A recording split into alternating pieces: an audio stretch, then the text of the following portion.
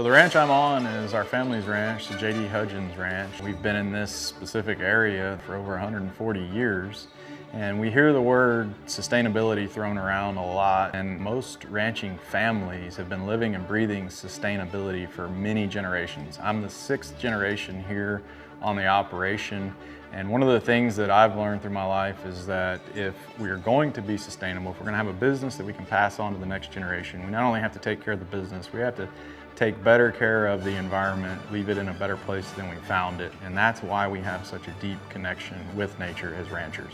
My advice is start a grocery store, talk to your local butcher. They can tell you more about the steaks, where they come from. Awesome, so what I have here at my very right is a steak frites.